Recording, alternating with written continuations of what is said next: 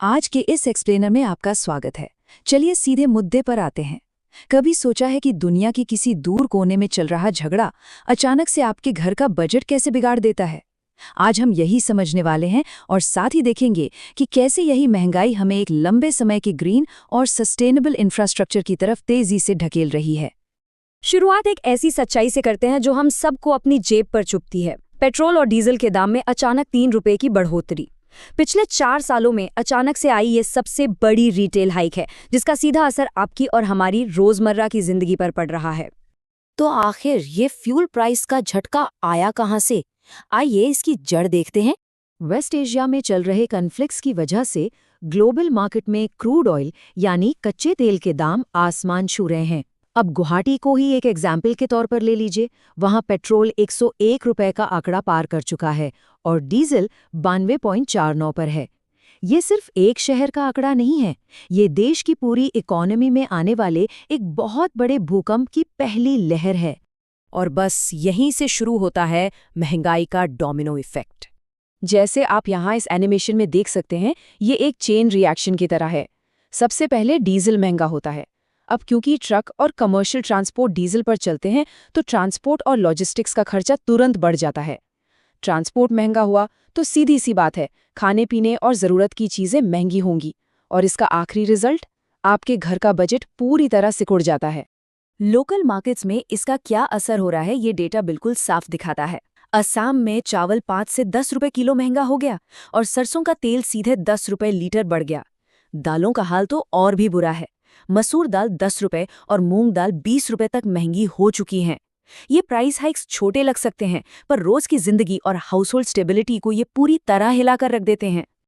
और इस पूरे सिचुएशन का ह्यूमन कॉस्ट क्या है, वो गुवाहाटी की रीना दास जी की इस बात से बेहतर कोई नहीं समझा सकता। वो कहती हैं, हर हफ्ते दाम बढ़ रहे हैं पर हमारी सैलरी वहीं की वहीं है। बिल्कुल सही बातें हैं ना।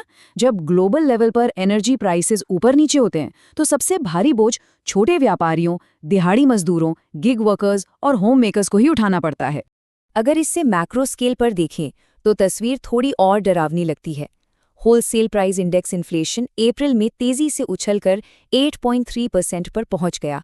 ये नंबर सेंट्रल बैंक की सेफ लिमिट को तोड़ने का खतरा पैदा कर रहा है। अगर महंगाई ऐसे ही बढ़ती रही तो हमारी इकोनॉमिक रिकवरी यहीं रुक सकती है।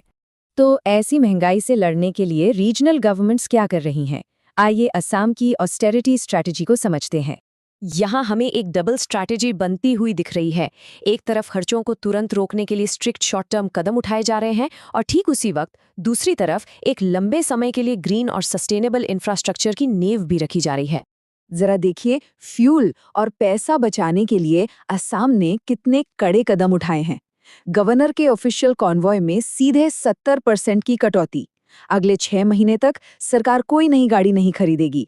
ऑफिशियल्स के फॉरेन ट्रिप्स पर बैन लगा दिया गया है और ओवरऑल फ्यूल खर्च में 20% का कट किया गया है। यहाँ तक कि ये कंपल्सरी कर दिया गया है कि सारे सेमिनार्स और वर्कशॉप्स अब सिर्फ वीडियो कॉन्फ्रेंसिंग के जरिए ही होंगे। लेकिन दोस्तों, सिर्फ खर्च काटना ही काफी नहीं है। असली सॉल्यूशन तो ग्रीन ट्रांसपोर्ट की तरफ बढ़ने में ही है। इस दिशा में स्टेट ने एक बहुत ही स्ट्रिक्ट डेडलाइन तय की है।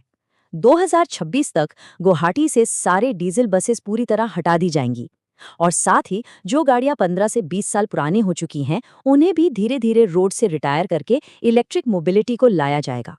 अगर हम इस बात को सॉलिड डेटा से सपोर्ट करें तो PRS लेजिस्लेटिव रिसर्च का ये डेटा एनालिसिस देखिए। ये साफ बताता है कि क्रूड ऑयल की कीमतों में आने वाला उतार चढ़ाव लगातार ऑपरेशनल मार्जिन्स को खा जाता है। ये इस बात का सबूत है कि ऑल्टरनेटिव फ्यूल्स की तरफ शिफ्ट होना अब कोई लग्जरी नहीं बल्कि एक एब्सोल्यूट नेसेसिटी बन चुका है। और इस ट्रांजिशन का एक कमाल का एग्जाम्पल है नया अनाउंस्ड वाटर मेट्रो सिस्टम। ये एक ऐसा ग्रीन मास ट्रांजिट सोल्यूशन है जो ट्रैफिक वाली सड़कों को बाईपास करके हमारे वाटरवेज का यूज करेगा। इसमें इलेक्ट्रिक और हाइब्रिड फेरीज होंगी। इसका सबसे बड़ा फायदा जानते हैं?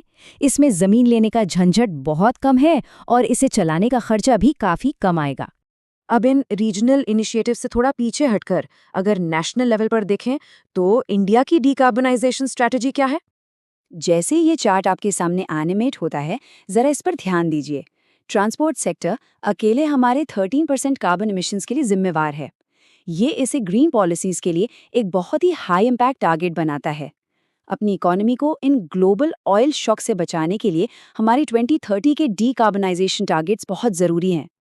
और सच कहूं तो इसके पॉजिटिव रिजल्ट्स अभी से दिखने लगे हैं।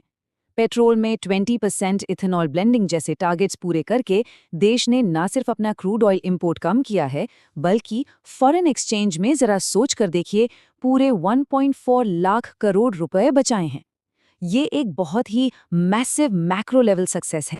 पर ठहरिए, यहाँ एक बहुत बड़ा गैप, एक विरोधाभास भी है।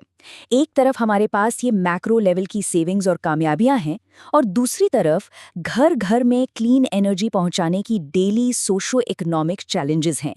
इन दोनों के बीच एक गहरी खाई है।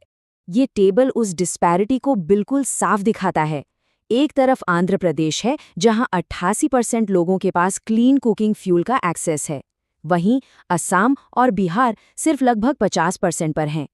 और सबसे चिंताजनक बात, मध्य प्रदेश के बड़े रूरल एरियाज में ये आंकड़ा 30% से भी कम है। इसका मतलब है कि आज भी एक बहुत बड़ी आबादी धुएं वाले ईंधन से होने वाली बीमारियों का शिकार हो रही है। तो इस एक्सप्लेनर के आखिरी पड़ाव पर हमारे सामने ये एक बहुत बड़ा सवाल आता है। एक तरफ ग्लोबल इन्फ्लेशन का ये तुरंत लगने वाला झटका है, और दूसरी तरफ लोकल सस्टेनेबल एनर्जी की तरफ बढ़ने का वो धीमा पर बहुत जरूरी सफर। आखिर इकोनॉमी इन दोनों के बीच एक सही बैलेंस बनाएगी कैसे? एक बात तो पक्की है, जैसे जैसे ग्लोबल पॉलिटिक्स में उथल-पुथल मची हुई है, फॉसिल फ्यूल से दूरी बनाना अब सिर्फ धरती को बचाने का लक्ष्य नहीं है। सच तो ये है कि ये हमारी इकोनॉमी को बचाने की सबसे बड़ी और जरूरी ढाल बन चुकी है। इस बारे में जरूर सोचिएगा।